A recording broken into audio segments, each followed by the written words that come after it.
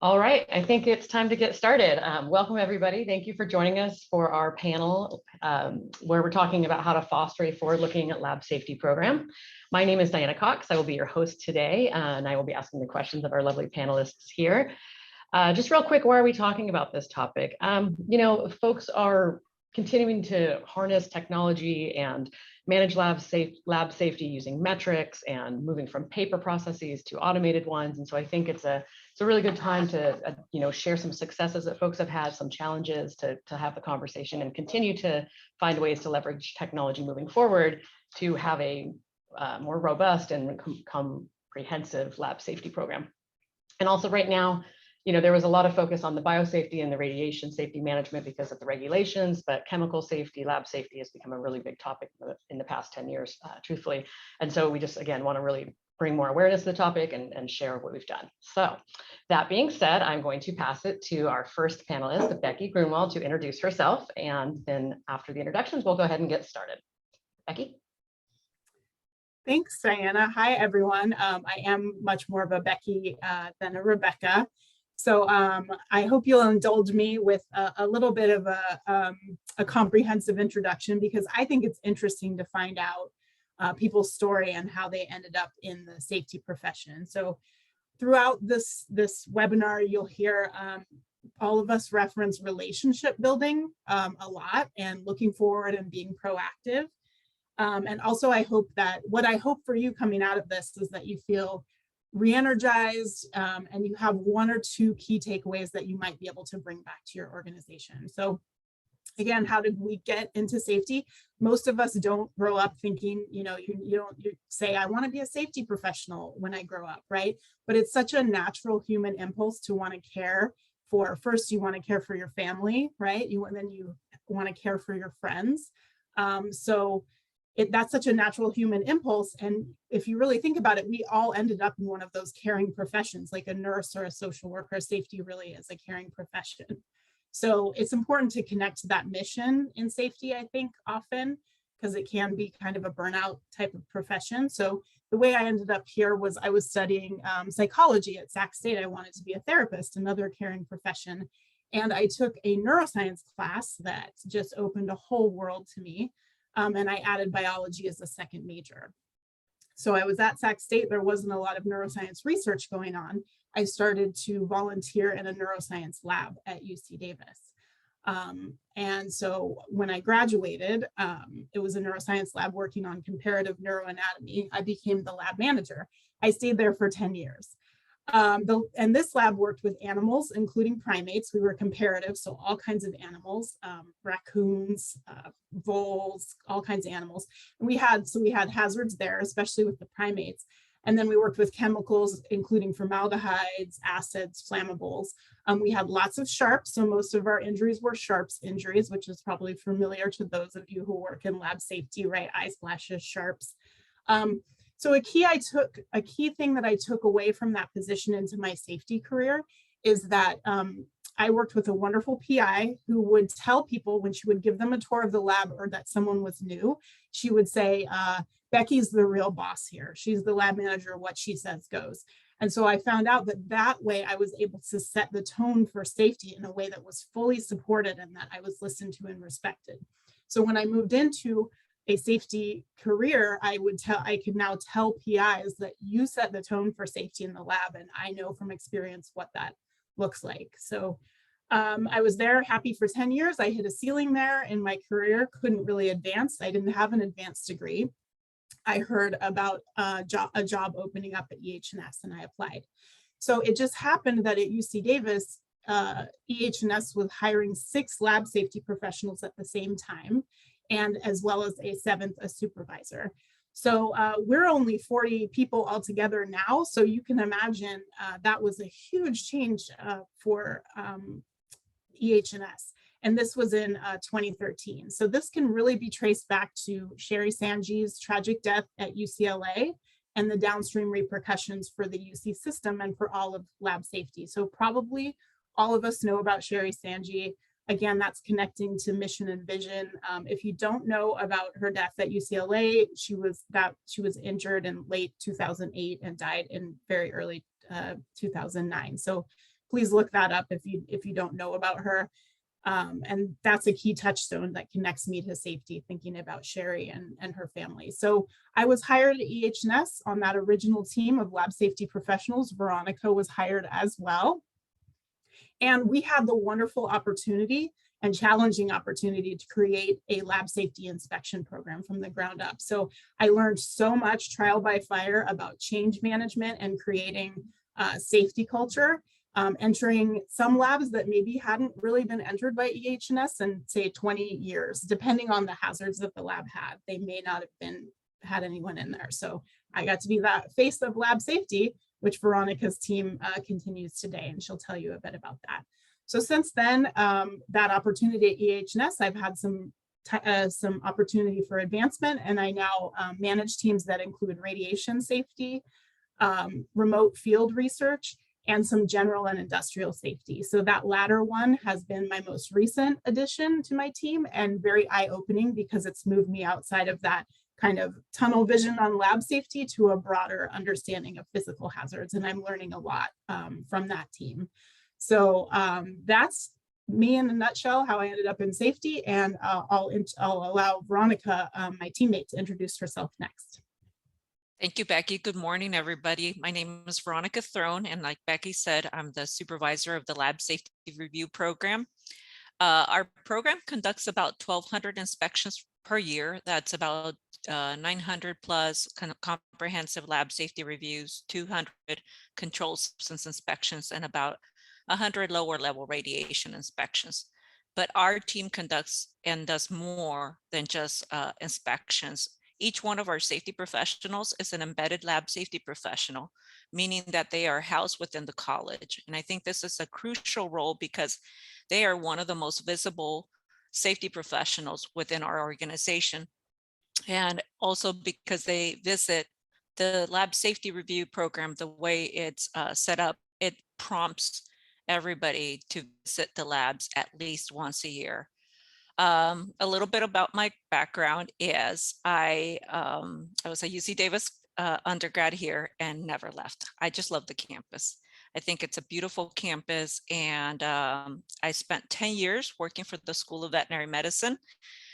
I've worked on clinic, large animal intensive care unit, research, studying foodborne pathogens and bacteria, doing a lot of field research. And then I started my safety career there when my lab closed. So I really went into safety kicking and screaming because I didn't really think that that was a role for me. And 10 years later, I've been a full-time safety professional, and I find that I really love what I'm doing. So something that you should know about me is that I love efficiency. So Becky knows that I'm always looking into ways of streamlining the process of implementing safety programs, not just for ourselves and the lab safety professionals, but for our researchers that I think that they're very busy. And so that's really important to me. And now I'm going to introduce Karen.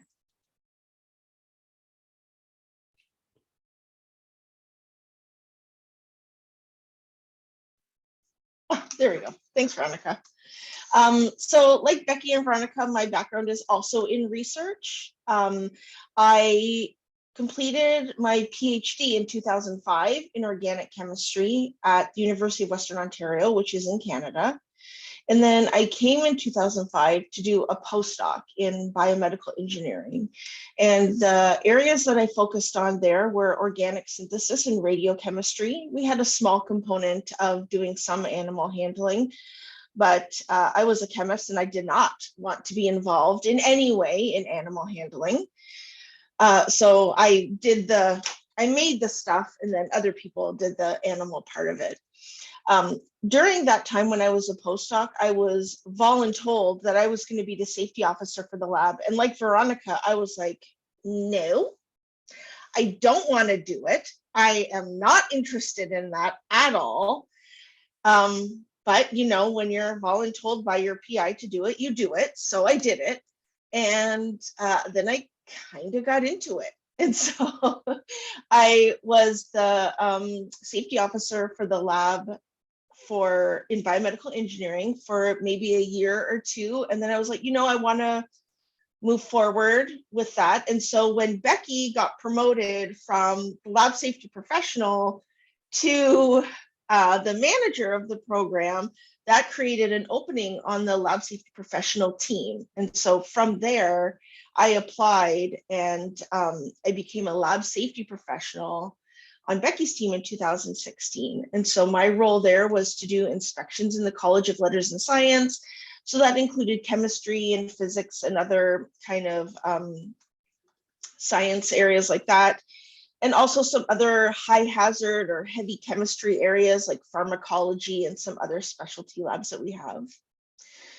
When I was a lab safety professional, I collaborated quite a bit with the chemical hygiene officer that was in place at the time on a few projects. And when he left, then I applied to be the chemical hygiene officer in 2019.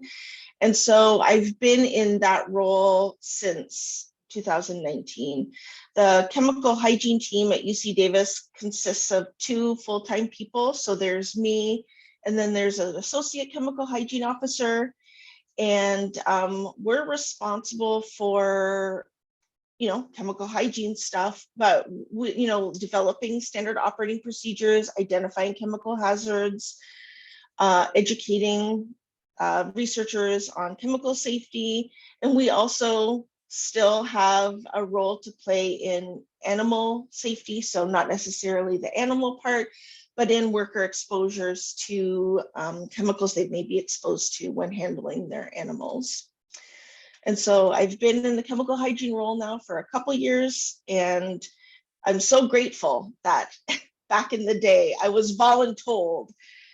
I would have never thought that I would have wanted to do safety as a career at that time. And it was just a wonderful happenstance that it happened. And I love what I'm doing now.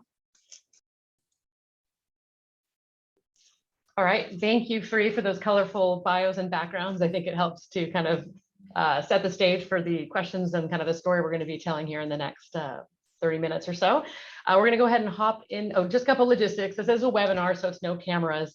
I kind of apologize for that. I know people like to see their colleagues and folks across, but for security purposes, we wanted to just kind of limit the functions at this time until we get more comfortable doing these types of webinars. But and then we will save questions for the end. So you can either put the questions in the Q&A, or you can raise your hand at the end when it's time, and we'll just kind of toggle back and forth. We'll get to as many as we can.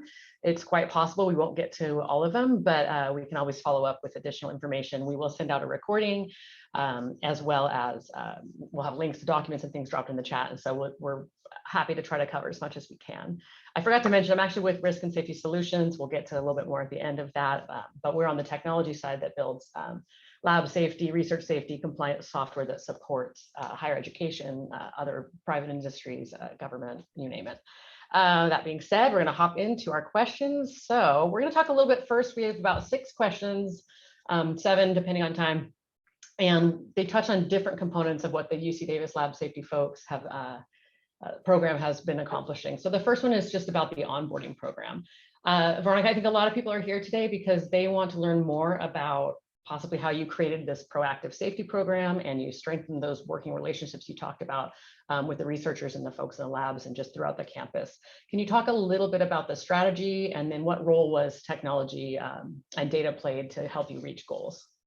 Yes, thank you, Diana. The new faculty outreach program that I'll be talking to you about, it was one that Becky first created when she was the supervisor, so when she had my role. And it's one of the programs that I personally really enjoy. The opportunity to get to meet new faculty when they first start their appointment here at UC Davis, it's just such a great opportunity to build a relationship. And it also takes me back to the times when I was a lab safety manager, and my time in research.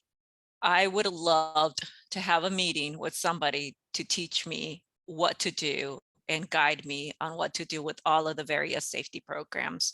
So that's what we strive here for in this new faculty outreach. So each year we onboard about 40 new research faculty. These are going to be faculty with research labs. So there's a lot more faculty coming to UC Davis, but these 40 are specifically faculty that are going to have research labs. And my personal goal is to get in contact with them as soon as possible. So we have somebody with an HR at the university that notifies me when new faculty are going to start, but also our program has been so successful that now also the safety contacts, department safety coordinators or safety officers also frequently put me in contact with new faculty. So my goal in trying to meet with them as soon as possible is to give them a guidance, get them started as soon as possible, because in my experience, there's usually 2 or 3 months while their lab is getting set up. So let's take advantage of that time, and especially for ensuring that they put together programs such as authorization programs, such as the biological use authorizations, animal care and use authorizations, radiation care authorizations, because all of those take there's training associated with it. There's they have to submit some type of standard operating procedure or something like that. And then many times, like for example, the bio, it goes before a committee, they may get feedback. So this takes a while. So taking advantage of that time while their lab's being renovated is really helpful. So I set up a meeting over Zoom, and in that meeting, thanks to technology, I can easily schedule now the meeting with their department safety coordinator or department safety representative and somebody from my team, the lab safety professional. We use Doodle for the meeting. And once we schedule the meeting, I have a checklist. Becky started this checklist and I added a few more things that I go through. I want to learn about what hazards are they bringing into UC Davis and where are they at in all these authorizations or their safety programs. And then I conclude the meeting with onboarding them to the Risk and Safety Solutions Lab Hazard Assessment. So while I'm in the meeting and on Zoom, it also facilitates it that I can share my screen and show them, okay, here's the link to your lab hazard assessment. This is how you're going to add people to your roster. This is how you're going to add somebody to your building locations. So I always leave them with a little bit of homework. My homework for them and after that first meeting is to finish that lab hazard assessment to the best of their ability and get started on their chemical inventory. I follow up the meeting with resources, and I will share this website in the chat. So what you see in this website is just bullet points and direct links. I think direct links is so important because, for example, many people get confused. One of the requirements for their lab safety review program is that they complete the personal protective equipment training for laboratories. Well, if somebody just Googles UC Davis PPE, you're going to find about 6 or 7 different courses, because again, at UC Davis, we support industrial, mechanical, all kinds of food safety, all kinds of different PPE. So having a site that has the direct links to all of our required courses, forms, initial training, and onboarding forms is so important. She can, okay, sorry. I'll take care of that, Russ, in a bit. So that's really important. And also after our meeting, they get a welcome gift. They get a free spill kit that it's really nice. It a chemical spill kit. They also get a first aid kit. And in that follow-up email, I connect them, depending on what I learned about their types of research, I connect them with the other subject matter experts. So for example, with our biosafety group or our radiation team or our animal care. And very important, I help them prioritize. I've been a researcher, like I said, I've worked in School of Veterinary Medicine for 10 years. I worked in School of Medicine. I worked in College of Engineering. I've been in the safety role for many times and held enough roles at this campus that I can help them prioritize where to start, which I think is very important. And again, we always go back to those authorization, more time-consuming programs.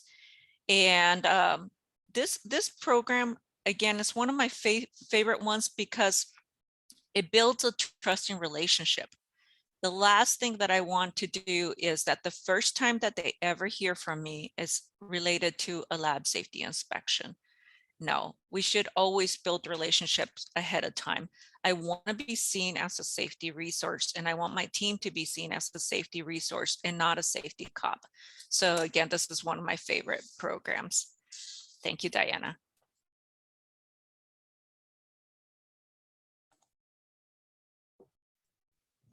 Okay, sorry, we were fixing the little chat thing there. I think we've got to figure it out. Everybody should have gotten the chat link that Veronica sent out. All right, we ready for the next one? Great. Okay, so Becky and Veronica, you and myself as well was involved in that. We're part of the original team who worked with Risk and Safety Solutions, which is again part of the University of California system. And we built together that pre-inspection report. Can you guys tell us a little bit more? Can you all tell us a little bit more about why you wanted that report, how you use it, how it helped? Just detail that out for us. Sure, yeah, and again, I mean, Risk and Safety Solutions now offers this pre-inspection report, but if you don't use Risk and Safety Solutions, like I would still encourage you, you can still use this information, take away maybe jazz up your pre-inspection a little bit, streamline it. And why is that important? Because again, relationship building, right? We're going to keep harping on that. And what's a great way to build relationships with PIs and busy researchers to not waste any of their time, right? So that's why you want to be really prepared when you arrive for an inspection. So initially, when we created the program, we had a paper checklist, and we were using some online platforms developed by Risk and Safety Solutions. So before the inspections, we were checking chemical inventories to see what SOPs were required. We were checking trainings. Had they certified their chemical inventory? Did they have a certified lab hazard assessment? But then we had a whole team of lab safety professionals, right? And if you have a few people, what are you going to find? They are going to do everything differently, right? So when we got to the point of the program maturing a little bit and we were trying to standardize the program, which again will help you build relationships and it will help you build credibility because people don't think they're going to get something different every time they get a different inspector. So we wanted to standardize how folks prepared for an inspection. So we created a paper checklist that's like, this is the stuff you checked, because some folks did all, like I said, they did all that pre-work on their own, and some just showed up into the lab with, just their checklist and was like, hey, show me everything. So we started with the paper checklist of this is how you prepare. And then we started to work with Risk and Safety Solutions because we were going to all these different places online to find this information. Can they pull that all together into a one sheet thing, right? So that was, we put in quite a bit of work with them. I would say the hardest part was the chemical inventory, getting it categorized as to hazards and then to required SOPs. So we have certain SOPs that are required at UC Davis, they're hazard banded. You may have individual chemical SOPs required at your institution, but so RSS was able to use our required hazard banded SOPs and to pull that, to aggregate that chemical inventory information and then check off literally what SOPs you have. So the lab safety professionals check that before they go in the lab. So that was a challenge putting that together. Another challenge was the kind of handshake agreement with the learning management system. Russ asked in the Q&A, like, what improvements would we want? And so some of that would have to do with, I think it's just a limitation of the learning management system. When it pulls training, there can be like a lag or there can be some inaccuracies. Usually Risk and Safety Solutions works with us to get those things fixed. So overall, so we put the time into this, it saves us 30 to 45 minutes per inspection. So again, Veronica said it's 1,200 per year. It's about 900 PIs. So if you think about that time saved per year, and then also in the standardizing of expectations. So we had access to it. And so then what did we do? We wanted to share this information. We have wonderful department safety coordinators at UC Davis. Shout out to any of them if they're in the audience. We have a few hundred of them. And so they help their PIs get ready and their labs get ready for our visits. So we worked with RSS to share that information with departmental safety coordinators. We did that manually to give them access. We added them in, but now RSS has a feature called collections that allows for different groupings and hierarchies. So now when we designate folks as the departmental safety coordinator, they can automatically see that pre-inspection. So again, the takeaway is if you don't, either you can use the RSS pre-inspection if you are with them, or put some work, I would say, into standardizing your preparation. And then also we train the departmental safety coordinators. We give them information on how to use that pre-inspection report, because they might have access, but they never looked, or they're not sure what they're seeing. So we put the time in, and one of our lab safety professionals, Tony Trick, has been instrumental in kind of developing trainings for folks to empower them to use this information for themselves. So I know I said I would save questions till the end, although this one I think is relevant. Juliana asked about if you could just explain a little bit more about those department safety professionals, because I think you're going to address them throughout this discussion. So, like as to I see. What is Diana? I was going to cover them on my talk if you want, because I'll cover perfect. collections. Yeah. Okay. We'll shift over to Veronica. Thank you. We'll put a pin in that, and then Veronica, if you had anything to add about the pre-inspection report. I can talk about it during collection too, Becky. Okay, so then Veronica, did you want to add anything related to the pre-inspection? About the pre-inspection report, I remembered that pre-inspection report was so instrumental when we went remote. Becky, remember that was one of so during the lab safety review program, so we had these 1,200 inspections that we were conducting in person. And then when we had COVID, this pandemic happened, we had to prioritize if we really wanted our lab safety professionals to be exposed to that many labs. I mean, at any one point, it's 1,200 inspections that we conduct, but it's also way more visits than just 1,200, because we meet many times. People will ask for our help in preparing for their inspection. So we may visit the lab then we conduct the inspection, and then after the inspection, we have follow-up. So that's a lot of lab visits and a lot of exposure for the lab safety professionals. And especially in the early phases of this pandemic, we just had to prioritize. And so Becky and our leadership, we talked about what could we do and where should we focus our efforts. So the radiation is one of our most regulated programs that the lab safety inspection professionals inspect. So we prioritize those inspections, and those inspections continue to be in person. However, the lab safety reviews, the comprehensive lab safety reviews, we moved those to remote. And in that situation, pre-inspection was so helpful, because essentially it gave us this whole year. Instead of not touching the safety programs for a year, we worked with every one of our PIs to ensure that their lab hazard assessment was to date, that their chemical inventory was certified, that everybody within their lab hazard assessment had reviewed the hazards in their workplace and completed the personal protective equipment training, so that they had conducted a self-inspection. So all of these things we could do and still support. And by the way, these are the most common findings, which within our safety programs. These online safety tools can always get to the top. People forget to review their assessment when they're onboarded or things like that. So we were able to continue our lab safety review program through the pandemic, thanks to pre-inspection and that summary of each one of the safety programs and the status of each one of those safety programs.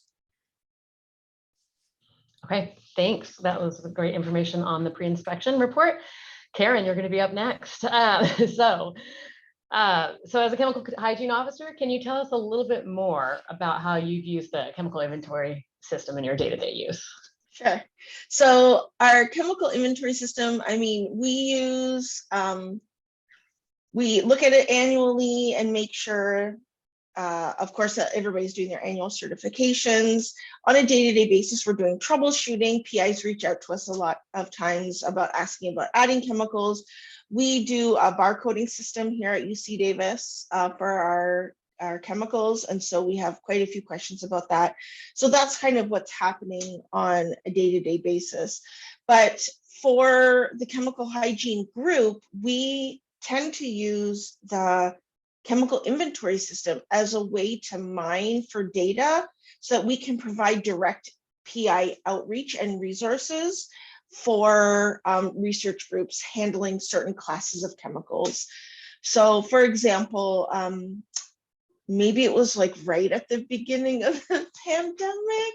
In that time, we used the chemical inventory to mine how many PIs or what PIs had hydrofluoric acid included on their chemical inventory.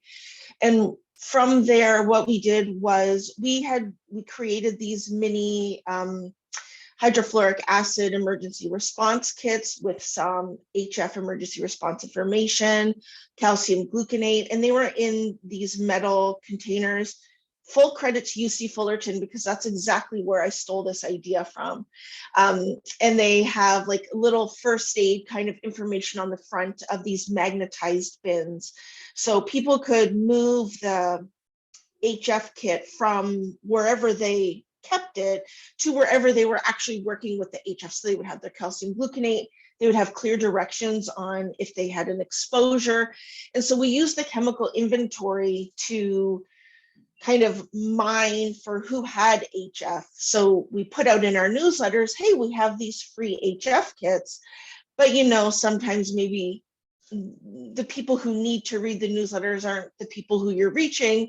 And so we would directly reach out to those labs and be like, hey, we have these hydrofluoric acid kits. Would you like one? You have HF. And that gave us also the opportunity to make sure that they had the hydrofluoric acid standard operating procedure and that they were well equipped to handle that material in their labs. We've also used the chemical inventory to mine for toxic gases so that we could, again, do an outreach and be like, hey, we see you have this chemical. Do you have any questions about how it's being stored? Or do you have any questions about the SOP that's required? Just making sure that for those higher hazard chemicals that we're able to kind of hone in on what groups might need that additional information. Of course, we check our CFATs levels regularly and our 52R9 or our listed carcinogens on a regular basis. And then again, we have outreach for those. If somebody has a listed carcinogen, we reach out to them because we do have specific process for those. And CFATs, a lot of times if we're reaching the threshold limit for what needs to be reported, usually it's an error in how it's been input into the chemical inventory. So we work with the PIs to address that.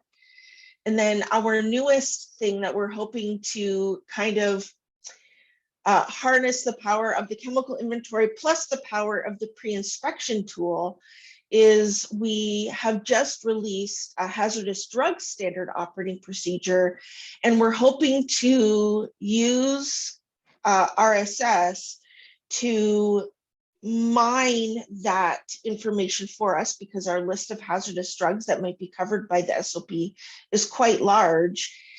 So we're hoping to kind of automate that process through the pre-inspection checklist. And that way we can also have the lab safety professionals reaching out during their inspections to make sure that the labs have the SOP that they need. But even before the inspection process, we're hoping that we can offer like direct to PI contact and be like, hey, we notice you have this on your chemical inventory. You need this SOP, it's new, it's going to be starting to be required next year so that everybody has a chance to kind of address it. And hopefully we can also find a way to share that. I think Veronica is going to talk about in a little bit about the collections process for our department safety coordinators. And so that way the department safety coordinators also have that information so that they can also help their PIs who have these hazardous drugs in their spaces develop this SOP and ensure that they're following the correct procedures for handling, engineering controls, PPE, and especially how to dispose of the material when they're done using it. So yeah, we use the chemical inventory for regular stuff and then for more PI direct outreach stuff. I have to say, from someone on the technology side, it's super exciting to hear how you use it kind of outside of the normal, day-to-day inventory management. So thank you for sharing. Now we're going to go over to Veronica, and we are going to talk more about those safety folks that are within the campus that are embedded at the different levels.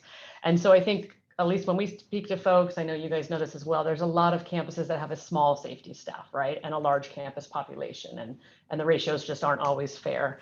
So it's really important that we involve other safety professionals. Can you just talk a little bit how you use systems and data and relationships to empower these folks on your campus, and also what their role is and how do they kind of tie into your EH&S? Thank you, Diana. So collections, first of all, let me talk about the department safety coordinator role. So the department safety coordinators at the UC Davis campus is a safety representative for the department hired or working for the department. So they do not work for safety services, campus safety services. They work for their individual department. We have another role also in like School of Medicine and School of Veterinary Medicine, that is the safety officer or safety director for the whole school. So those folks are in charge of a whole school. And then there's still maybe some department safety coordinators within that, like for example, the School of Veterinary Medicine, but it's primarily those safety programs are driven by one person or one director overseeing the whole safety programs. So at UC Davis, the department safety coordinator is one of our strongest allies. They are housed within the department. And so they know the resources of the department, they know the PIs, so they're very helpful. So a second onboarding program that I started is the new DSC outreach program, the new department safety coordinator program. And I mirrored it after Becky's new faculty outreach program, because like 3 months into my position, Becky and I work really closely on supporting the department safety coordinators. And I found out that really a lot of these people were obtaining this role with not very little overlap with their predecessors. So no real training. And also it was most of these department safety coordinators, their role is the DSC role is only part of their responsibilities, being or doing other roles. And so I remember my time in Vet Med when I became a safety officer. I was very fortunate. I had an opportunity to work under safety officers that actually had a lot of experience. My former supervisor had implemented safety programs at the national labs in both Berkeley and Livermore. So he brought some pretty comprehensive safety programs that he implemented in School of Veterinary Medicine. And so when I was hired, I was implementing them into clinical areas, but they already existed and the program was very mature in the research areas. So having that experience, I started this new DSC outreach program. And so I set up a one-on-one meeting, and we'd meet over Zoom again. And during that one-on-one meeting, I start them off with just demoing our website, getting them familiar with the resources. I share that with them. For example, we have the Who Do I Call list. It's a very comprehensive list that has existed for many years on our safety services website, and it answers a lot. It's really great resource. So I share where that's found. I also share with them the organizational chart, because these department safety coordinator roles may also have a role in facilities management or safety officers in space management. So they may be working with some of us on a facility renovation, or they may be working injury with our occupational health folks. So I really like sharing that organizational chart. Becky And I also manage this website that I'll share the link in a few minutes. Oh, I shared it in one of the answers. That website we put a lot of effort into that website. Becky has a really strong background in communications. And so we always want to make sure that any changes happening to our safety programs at the UC Davis campus, we do every effort to communicate it first to the department safety coordinators so they can prepare for that change. And then we announce it to the rest of the research community. In that meeting with the department safety coordinators, I chose 3 documents to go over with them, because again, like I was saying, most of them have never held a role in safety and they have other responsibilities. So I chose our department safety coordinator news safety net, which is a guidance document. It has a lot of really great resources. I also chose a campus policy and procedure. We have a campus policy that actually outlines the roles and responsibilities for department heads, for supervisors, and also for the department safety coordinator. So I share that in with them. And then the last thing I go over during the meeting is the injury and illness prevention. I'm sorry, the injury reporting, because injuries may happen very rarely within a department. I find that people always panic and they don't know what to do. So I share with them the process for injury reporting and how to do that. And also, as a follow-up, I connect them. I copy Becky in the email because we add them to our listserv. And we also add them to the newsletter, a newsletter that we create specifically for department safety coordinators. And then related to risk and safety solutions, this is when I add them to collections. So in collections, I have the ability to outline the various departments within UC Davis. And then with each department, I can say what faculty or research groups are under that department and assign a department safety coordinator. Once I do that, once I have that breakdown listed, the department safety coordinator will now have the ability to see the chemical inventory for each one of their faculty under that list. They will be able to generate reports. For example, if they wanted to see the top 3 findings within their department for any specific year, they can generate a report using analytics. Every time one of the safety professionals conducts an inspection, they will be copied on the inspection. And again, with the analytics, they can generate a report to see what is the status of their chemical inventory. So it's really great. It's a really great resource. And again, like I was saying, the department safety coordinators are our strongest allies. So if I'm dealing with a situation of a new faculty or a faculty that we've had problems in the past with compliance, or they may not understand the expectations well, we can always work with them together on improving the safety programs. Again, like Becky was saying, one of the things that Tony, one of the team members, one of the safety professionals did is we hold these quarterly DSC meetings. And in the quarterly DSC meetings, we took tool by tool, Diana. We did Tony did a presentation on just for department safety coordinators. This is the chemical inventory. Here's your view of department safety coordinator, and this is how you navigate it. And then we did the same thing for analytics and generating reports. We did the same thing for inspection. And so we did that through the whole last year. And now the goal is that Tony's gonna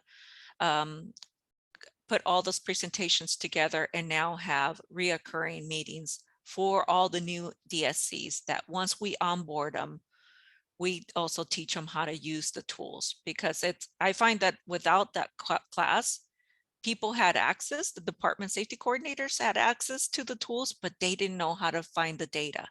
Or they didn't know that that they had the opportunity to generate reports and things like that. So So again, yeah, similar to the new faculty, wanted to make sure that we also welcomed them with a nice welcome gift. And I follow up the email with resources, all the resources that we discussed during our meeting. And these outreach programs and these relationship building programs are really great in creating trust. Again, we don't want to be the safety cops. We want to be we want to make sure that they see us as a resource and that they see us as partners in implementing safety programs. So that's it, Diana. Sorry for my off-camera cough. That wasn't me. Tough.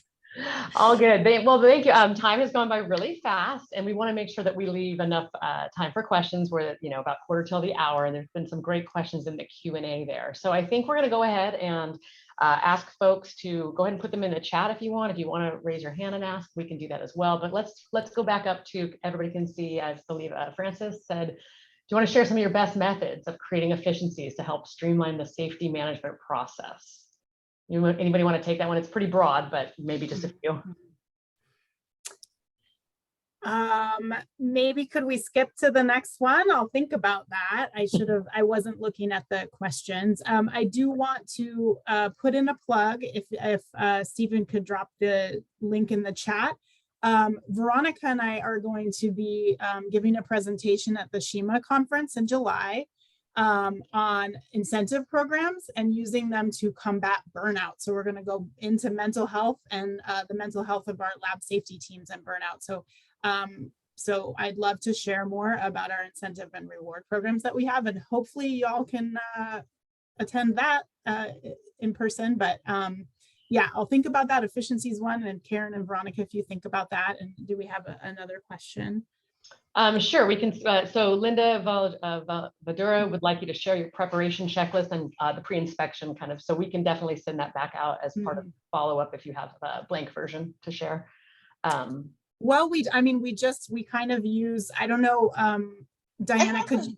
Oh, sorry, I saw that question in the Q&A, and I started looking in my files to see if I had a version from back in the day. And I have a rough version that was like not the official one, but the one I used. So, I mean, we could share that, or if we could kind of make something from what's currently used from the RSS tools, then we could maybe send that as well. Yeah, that's what I was thinking. We could probably create a fake lab with my group and just at least it would show the data points that we collect. So we're happy to put that together. Yeah. We have a lot of fake inventories if you need them. Yeah, and Diana, we also have Tony's class that he teaches. That group is already scheduled, developed specifically for trainings. So you are welcome to use that one.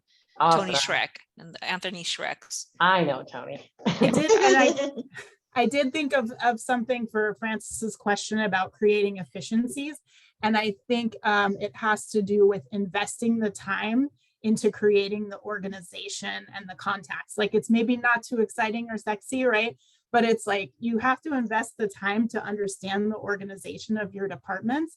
And one thing that Veronica's an innovation that she's done there that increases efficiency is to have a process that we follow when a lab leaves. So it's kind of like taking them off the listservs, taking them out of these online platforms, reorganizing, all your information. And so you can't just invest the time into when someone is new, but also when they leave. And if you invest that time, you're going to increase efficiency because you understand the structure and organization of your lab. So I would say that is something, because you might have a lab information can exist here, it can exist there. Who needs to know when a person comes on and also when they leave?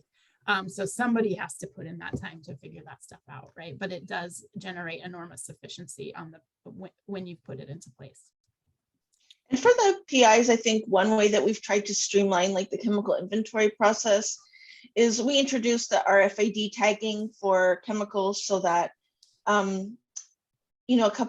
pre-COVID, a couple of years ago, we had several student teams that would go through and RFID tag labs, the chemicals in people's labs.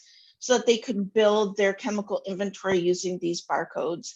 And so then when it comes time to do your reconciliation, instead of, one chemical at a time, you could borrow one of our RFID scanners from the EH&S or the Safety Services main office, and then you could just do an RFID scan of your laboratory to identify your chemicals.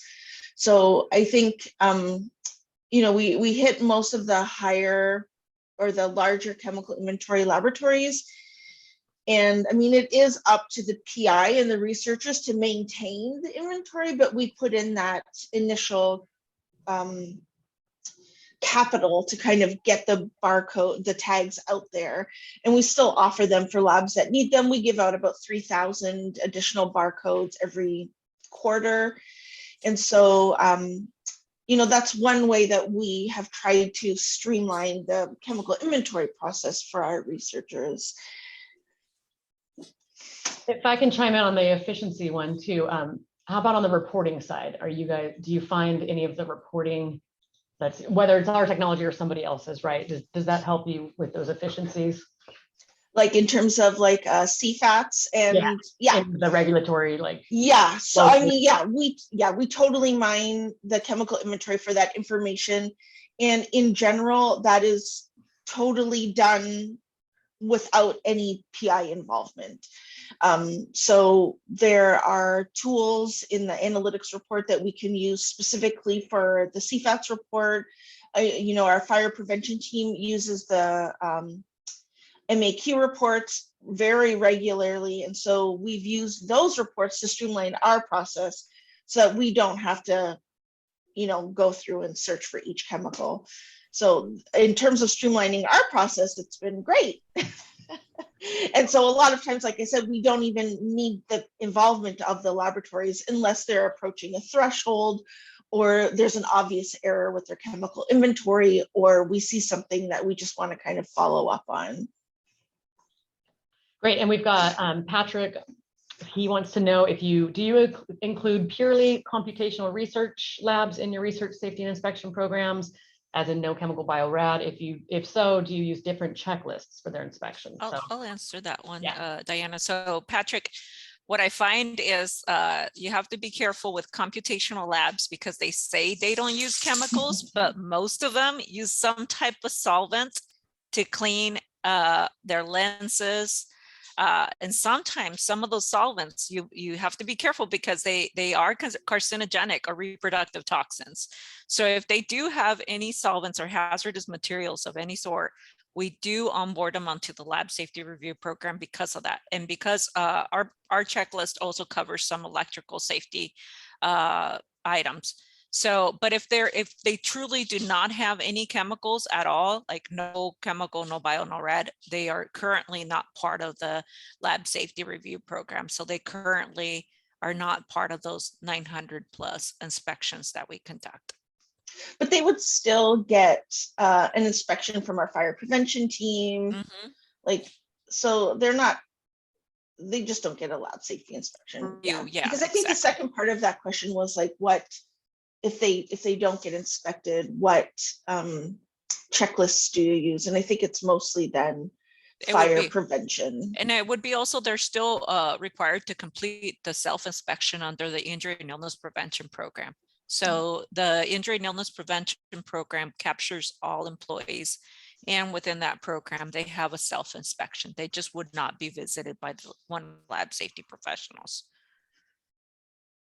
What is the average turnover for DSCs? It seems some departments more than others. I have one department that I've been doing this new DSC outreach program for about 2 years. And I think I've done like 4 people for this one department.